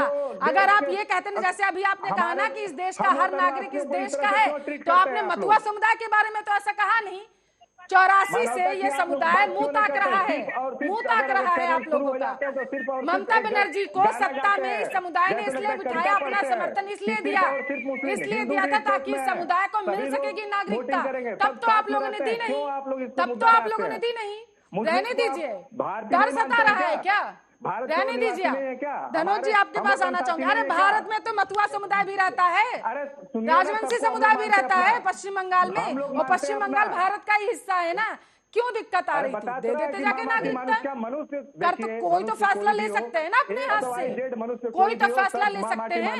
या फिर सारा सब जो ठीकरा है वो केंद्र पर फोड़ देंगे जाकर के। केंद्र में जो भी सरकार बैठी होगी, चाहे कांग्रेस हो या फिर बीजेपी की हो, मैं किसी एक पार्टी की बात नहीं कर रही हूँ, लेकिन दूसरी पार्टियों पर ठीकरा फोड़ने से पहले ये तो देख लेना चाहिए कि हम 10 साल से बैठे थे तो हमने क्या किया था।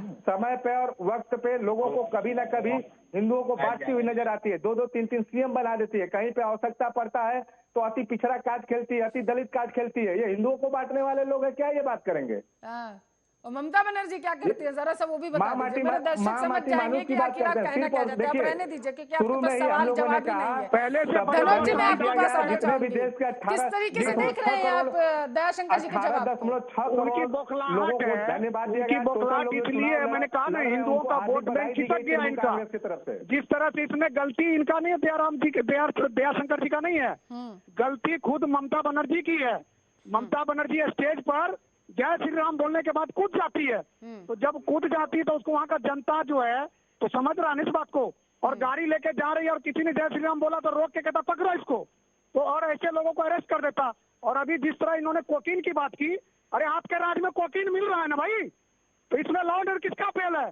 आपका लॉ ऑर्डर फेल है, पकड़ा गया। आपके यहाँ तस्करी हो रहा है, शासन प्रशासन मेरे यहाँ तगड़ा है, लोग पकड़े जा रहे हैं, सिक्योरिटी के साथ चल रहे हैं, ऐसा करते हुए फिर भी पकड़े जा रहे हैं कि किस तरह से मानव इसका तस्करी, भी वर्णन किस करिए, तरह से वो कोकीन तस्करी, वर्णन करिए किस कि तरह वहाँ पकड़े जा रहे हैं, पे बच्चे की तस्करी, ये देखिए, और किस तरह वो और भी लोगों को, स्टेट- अरे लॉ और एंड भी ऑर्डर आप स्टेट देखिए है, तो और भी वहाँ राजपाल स्टेट सुरक्षित है, नहीं है, उनकी क्या आप स्थिति है, इस चीज को भी देश की क्या सोचना स्थिति पड़ेगा है। आपको।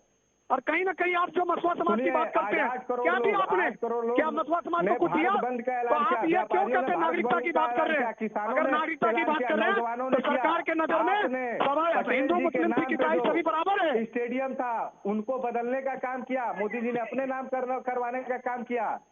जनता ये जन माध्यम से बंगाल में देने जा रही है।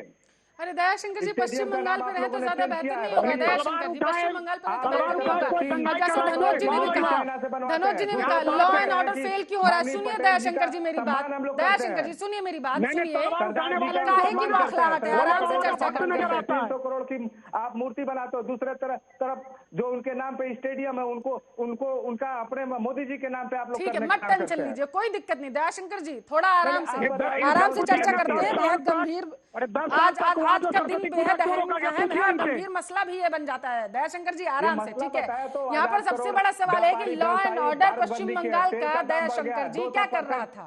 लोकल बौखलाए ट्रेनों का गई है किराया क्या बढ़ गया टीएमसी? है। इस पे चर्चा मैंने किया मानव जाए। तस्करी पे पूछिए ना इनको, तेल का राज सोने तेल तस्करी बताया में तो, पूछिए। तेल का दाम अरे क्या है, रुधिरा पेट्रोल क्यों का सोना दाम लेके क्या आ रही है, थी 2 केजी? किराया का 200% दहेज में लोकल मिला ट्रेनों था का क्या दाम अभिषेक है, बनर्जी को? रोजगार कितने लोगों को मुहैया कराया, कितने कंपनी इंडस्ट्री लगी। अरे तो आपके राज्य में कितने लगे और वो ये भी गिना स्टेडियम दीजिए का लगे नाम हाथ, क्यों बदला उस पर ही गया? हम लोग विश्लेषण कर लेंगे। कितने उद्योग आपने लगा दिया? व्यापारी ये बताइए, व्यापार एमएसएमई की मैंने रिपोर्ट है, टाटा इस देश का उसको आप भगा देते हो और विदेशियों के लिए आप वहाँ पर घर घर चला देते हो। अरे मैं विश्लेषण कर लूंगा, आप बोलिए ना भाई, उस पर भी लेख लिख देंगे, चिंता न करें आप बोलिए। किस इस देश के टाटा के देश के नहीं थे, उसको तो आपने भगा दिया और विदेशियों के लिए आपने डेरा डाल दिया, धरना प्रदर्शन कर दिया, घर जला दिया। क्या यह देश की जनता, बंगाल की जनता नहीं देख रही है?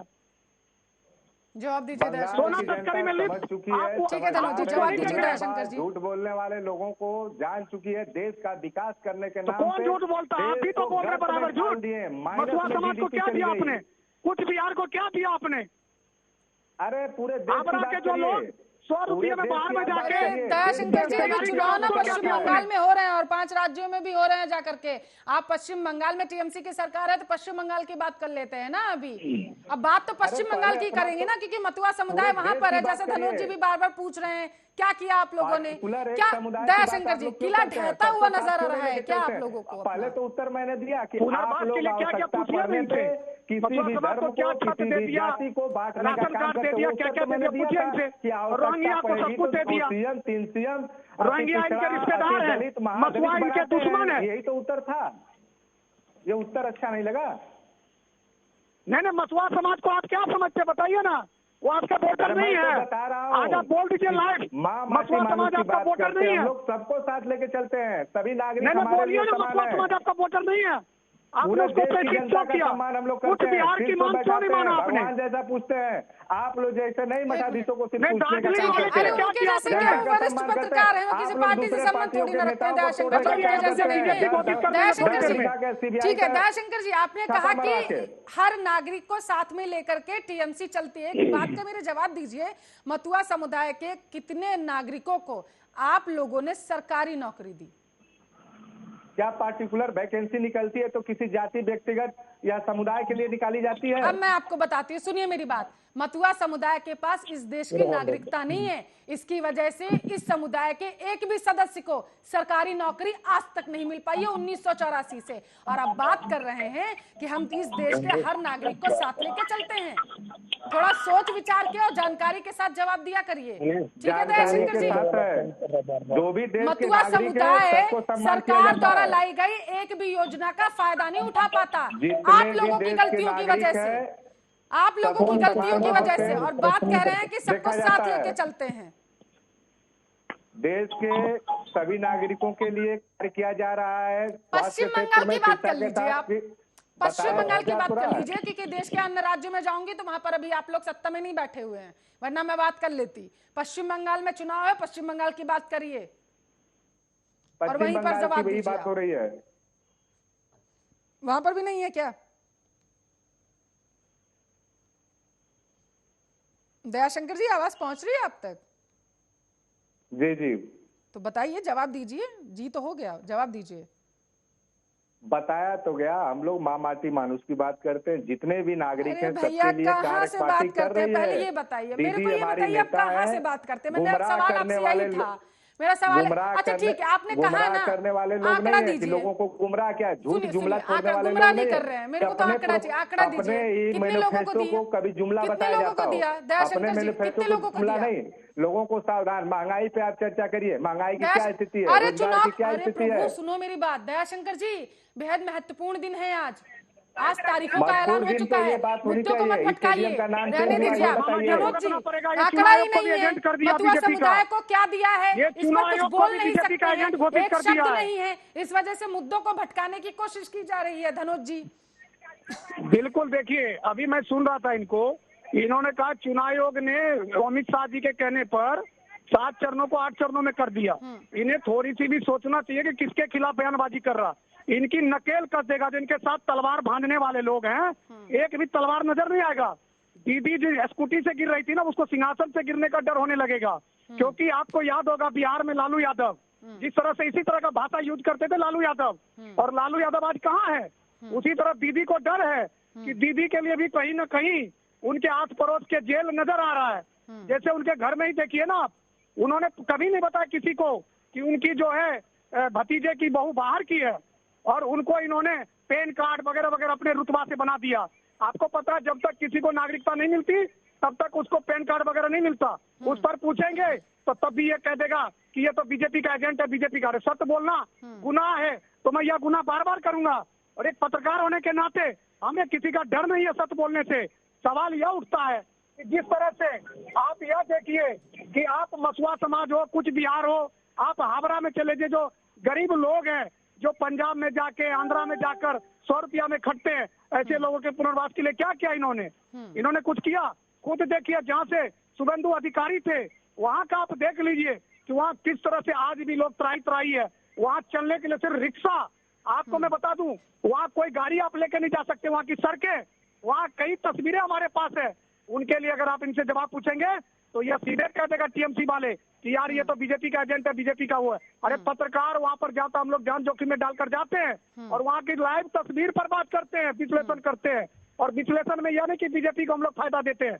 बीजेपी से भी हमने कहा कि आपके जब बड़े नेता वहाँ महफूज नहीं है तो छोटे नेता कहाँ से महफूज होंगे। आज भी आपको 1 महीने का समय है। आज भी कहिए दीदी को ड्रामा बंद कर दे, नाटक कंपनी बंद कर दे, और वहाँ के जनता के लिए कुछ करने का मादा दिखाए कि वहाँ जो मसुआ समाज है, कुछ बिहार के लोग हैं, वहाँ पर जो 24 संथाल परगना के लोग जो झारखंड से आकर बसे हैं, ऐसे लोगों के लिए पुनर्वास करे। क्योंकि आप देखिए विपक्ष के लोगों की दुहाई देते हैं, तो ऐसे लोगों को आप कहिए जिसके प्रति सोरेन भी चिंतित है, सोरेन परिवार। और जिस तरह से वहाँ के लोग कहते हैं, और आप देखिए वहाँ जो बिहार के लोग आकर बसे बंगाल में, जो व्यापार करने गए थे, वहाँ भी उनको भी तो आप दीजिए संरक्षण। आप सिर्फ एक समुदाय को संरक्षण देते हैं। अरे चुनाव के सामने तलवार थोड़े चलेगी। दयाशंकर जी, बेहद महत्वपूर्ण सवाल उठाया गया यहाँ पर धनोज जी की तरफ से। जब घर में ही आप लोगों ने तो मशीनें रख रखी हैं आधार कार्ड वगैरह बनवाने की। ऐसा कुछ भी नहीं है। जो पात्र होगा, जो भी पात्र होगा, जो भी पात्र है, ऐसा नहीं है, जो भी यहाँ पे नागरिक, ऐसा हमने जो नहीं किया, नागरिक ऐसे होंगे, कैसे चलेगा। उन लोगों ने जो भी फॉर्मेलिटी होगा पूरा किया होगा, उस आधार पे नागरिकता मिली होगी। बिना नागरिकता के आधार कार्ड बन जाता है? मैंने तो बताया कि जो भी फॉर्मेलिटी होगी पूरा किया गया होगा तभी तो बना होगा। अरे इतनी देखिए, फॉर्मेलिटी कितना बना करके झूठ जब बोल आप लोग रहे हैं। आधार कार्ड वगैरह इनको बनवा थोड़ी सकते सी हैं, भी- तो जैसा कि इनको मैं बार बार देखिए, जिक्र थोड़ा कर रही सा हूँ, भी आप लोग मथुरा फॉर्मेलिटी समुदाय पूरा राजवंशी किया समुदाय का भी बना बनवा हुआ है। देते। कितना मजबूत है। बाबा भीमराव अम्बेडकर की आत्मा पर कैसे प्रहार करने के लिए तैयार हो जाते हैं। अरे अभी भी तो थोड़ा बोलिए आप। बिना नागरिकता का यहाँ का सरकारी पेपर कैसे बन जाएगा? कौन कानून में है? कौन संविधान बाबा भीमराव अम्बेडकर ने लिख दिया था कि कोई भी बाहर का लोग यहाँ नागरिकता लिए बिना और ये सारे पेपर यहाँ बना लेंगे? जवाब दीजिए दयाशंकर जी। मैंने क्या बोला कि अगर जिसने फॉर्मेलिटी पूरा किया होगा, जो भी फॉर्मेलिटी रही होगी तभी तो नागरिकता मिली होगी किसी को। अरे नागरिकता लिए बिना कैसे बन सकता है आधार कार्ड? मैं कहा कह रहा हूँ कि कैसे बना नहीं बना, मैं तो ये बता रहा हूँ जो भी फॉर्मेलिटीज होगी वो फॉर्मेलिटी जो भी पूरा करेगा। मैंने किसी का व्यक्तिगत पार्टिकुलर किसी भी पर्सन का नाम नहीं लिया। जो भी वो चीजें हैं, जो आवश्यक चीजें हैं, अगर फॉर्मेलिटीज को पूरा करेगा तो उसको नागरिकता मिलेगी। मैं तो चलिए ये बोल ठीक रहा है हूँ। दयाशंकर जी, ये जो भी अब तस्वीरें पश्चिम बंगाल से सामने निकल के आ रही हैं, पिछले चुनाव की बात करें तो 211 सीटें आप लोग लेके चले गए थे। क्या आपको लग रहा है कि फिर से बहुमत का आंकड़ा लेकर के आप लोग सिंहासन पर विराजमान हो पाएंगे पश्चिम बंगाल की? देखिए, दीदी की कार्यशैली को देखते हुए देश की आर्थिक स्थिति चौपट अपनी रही। कार्यशैली बताइए ना दयाशंकर जी, अब बीजेपी की बताया तो कार्यशैली जा पर रहा क्यों जा रहे हैं? नहीं, दीदी की कार्यशैली को मैं बता रहा हूँ। अच्छा अरे दीदी की, दीदी- चलिए ठीक है बताइए। जो नहीं, ये तो कार्यशैली बीजेपी का ही रही बताएंगे है, क्योंकि जो इनके पास बहुमत एक ही पहले मंशा है बार ना। उन्होंने जो बीजेपी का जो दिया, डर दिखाते सेकेंड हैं, राउंड में 211 लोगों को सीटें दिया, डराएंगे। थर्ड राउंड में 223 सीटें प्लस देने जा रही है जनता। दीदी के कार्यों से भली भांति वहाँ की जनता प्रसन्न है। उस हिसाब से दीदी उन लोगों के अनुरूप कार्य करती हैं। एक छोटा कार्यकर्ता हो चाहे बड़ा कार्यकर्ता हो, पार्टी में लगे हाथ सबको विधानसभा में समान बता भाव से दीजिए। इज्जत दिया जाता है, समान भाव से रखा जाता है। अपने पार्टी में कोई ऐसा नहीं है कि पार्टिकुलर किसी के लिए, जिसकी इच्छा हो दीदी के साथ रहे। जो लोग नहीं थे उनको भी भाई धन्यवाद है, लेकिन जनता ने मन बना रखा है कि दीदी को इस बार 213 प्लस सीटें देने का। लोकसभा चुनाव याद है ना दयाशंकर जी? जी बताया तो गया, लोकसभा चुनाव में वहाँ बहुत बार 42 सीट आपसे ले रहे चर्चा थे। हुआ है कि देखिए राष्ट्रहित का मामला होता है, वहाँ पे चुनाव के मुद्दे अलग अलग होते हैं, इसमें लोकल इश्यूज होते हैं। वहाँ के लोग होना चाहिए, जिस पार्टी के पास खुद का चेहरा ना हो, एक चेहरा को लेकर मुद्दा तो वही है ना दयाशंकर जी, जनता थोड़ी ना बदल जाएगी, जनता तो वही रहेगी। पता नहीं धनुष कितने जी, लोगों से शादी ब्याह जनता करवाएंगे, बदली है। एक दूल्हा नहीं दयाशंकर जी, कितना भी आप मना कर लीजिए, जनता वही रहती इन्होंने है। एक्सपोर्ट इंपोर्ट किया जवाब है। ले लेने दीजिए मुझे धनुष जी से। धनुष जी उस दूल्हा को हटाएंगे, सुनिए, शादी दूसरे से करा पल्लवी, देंगे। इन्होंने पहले जनता घोषित तो करो एक्सपोर्ट कि आपका किया है। दूल्हा कौन है, कौन रोहिंग्या, बनेगा। बांग्लादेशी, आपके पास चेहरा नहीं है। और मुझे कहते हुए गुरेज नहीं है, उसी के बल पर इतरा रहे हैं। अगर इनका सर, इतराना देखिए, आप तो- जिस तरह आप से इतरा रहे हैं आप- कि भाई बिना नागरिकता लिए दयाशंकर जी कंपनी एक कैसे मिनट बन बात जाता पूरी है? होने दीजिए, आपके पास आऊंगी।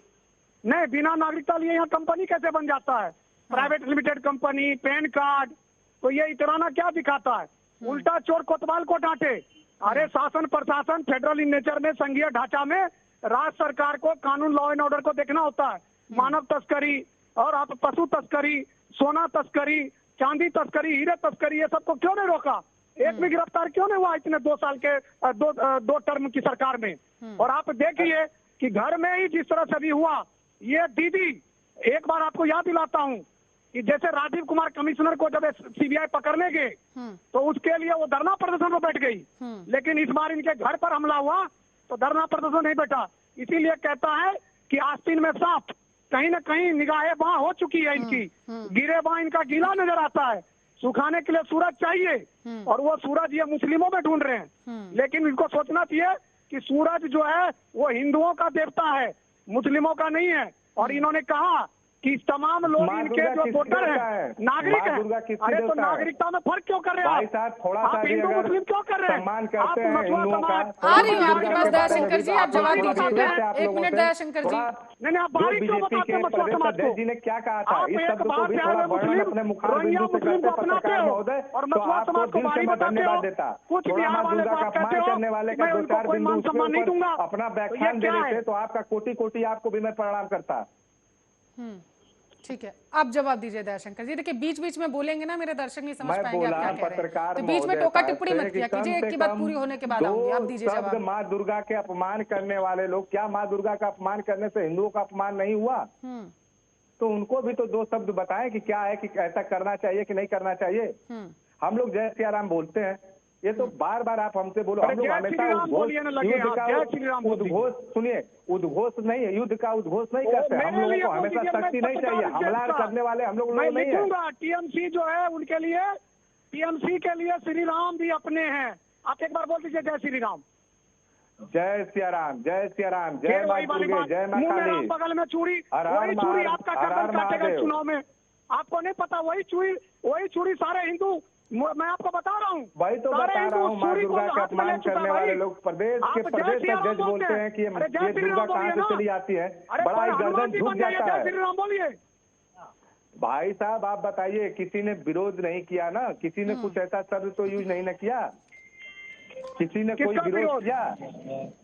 आप बोलिए ना जय एक सिया राम बार, तो मैं बोले आपसे ना, बोल रहा हूँ, मैं जय सिया अमित शाह राम नहीं तो हूँ, आदमी बोल तो रहा है, नरेंद्र जय मोदी सिया नहीं हूँ, राम, मैं जय मनोज सिया कुमार राम हूँ, बोल रहा है, जय मैं एक सिया राम बोल रहा है, पत्रकार हूँ, बोलिए, मैं जय लिखता माँ हूँ दुर्गा भाई बोल रहा है। साहब, आप आपके पड़ोस एक के बार राज माँ का दुर्गा रहने का वाला हूँ मैं। अपमान करने वाले लोगों से भी प्रश्न करिए। आप प्रभु श्री राम का अपमान करके आपको शर्म नहीं आती? आती है देखिए शर्म हम लोग आपको? जय सिया राम, सीता माँ आपको को भी शर्म साथ, आती नारी है? शक्ति का भी अरे सम्मान दीदी करते को हैं। शर्म आती है? एक मुसलमान महिला के तरह कान पर पल्लू लेने वाली, आपको शर्म नहीं आती? आप प्रभु श्री राम का अपमान करते हैं, शर्म नहीं आती आप आपको? माँ दुर्गा के नाम पे इतना क्यों? सुनिए, माँ दुर्गा महिलाएं भी नहीं होती, आप उपासक हम थे नहीं प्रभु होते, श्री राम के। क्यों ऐसे आप अरे इतना माँ अपना दुर्गा भी हाइपर कर उपासक रहे हैं थी। सर? अरे माँ दुर्गा माँ- भी, माँ दुर्गा की एक चिंता बार- करने वाले, पाखंडी बोलने क्यों ऐसा- वाले, आपको क्या शर्म आप आनी चाहिए। बताइए, पाखंडी बताइए, ढोंग धरना छोड़ दीजिए। भाजपा के प्रदेश अरे माँ अध्यक्ष महोदय दुर्गा ने भी क्या कहा? प्रभु श्री राम की आराधना करती थी। माँ दुर्गा को भी प्रभु श्री राम से ही ताकत आप मिलता था भाई। जी जी जी जी आप जी, बोलिए यही ना मैं जय बता श्री रहा राम। हूँ, यही शर्म मैं आनी बोल रहा चाहिए आपको। हूँ, यही बोल रहा शर्म हूँ कि आनी चाहिए। प्रदेश अध्यक्ष जो भाजपा के थे, उन्होंने क्यों अरे ऐसा बोला? शर्म आनी चाहिए। क्यों ऐसा बोला? हम ठीक है। लोगों बताइए क्यों बोला? यही चीज आप बोलिए आपसे मैं दीदी को रिक्वेस्ट कर रहा पल्लू हूं, क्यों इस तरह आप लेती प्रश्न है? करो, आप उनसे, आप कहीं ना प्रश्न कहीं करो। उसके चिलमल में दाग है क्या? प्रदेश अध्यक्ष से आप उनके, बीजेपी के प्रदेश अध्यक्ष बंगाल से आप प्रश्न करो कि आप ऐसा क्यों किए दिलीप घोष से। ठीक है। अरे वहाँ की जनता उससे सवाल कर रही है। आप बोले दुर्गा पूजा, दुर्गा पूजा, दुर्गा किसके उपासक थी? लोकतंत्र किसने के भेजा सबसे बड़े जमीन पे? महापर्व की तारीखों का ऐलान हो चुका है, जिस पर हम चर्चा कर रहे थे। समय की कमी है, तो बहुत बहुत शुक्रिया दयाशंकर सिंह, टीएमसी के नेता और वरिष्ठ पत्रकार धनोज कुमार, आप दोनों मेहमानों का हमसे चर्चा करने के लिए। अब यहाँ पर सबसे बड़ा सवाल ये है कि तारीखों का ऐलान तो हो चुका है कि कब कब चुनाव होने वाले हैं, लेकिन टिप्पणियों का दौर भी अब शुरू हो चुका है। लेकिन देखने वाली बात यह होगी कि रैलियों का दौर कब से शुरू होता है। फिलहाल के लिए इस बुलेटिन में बस इतना ही। बने रहिए हमारे साथ, देखते रहिए आरएन न्यूज़।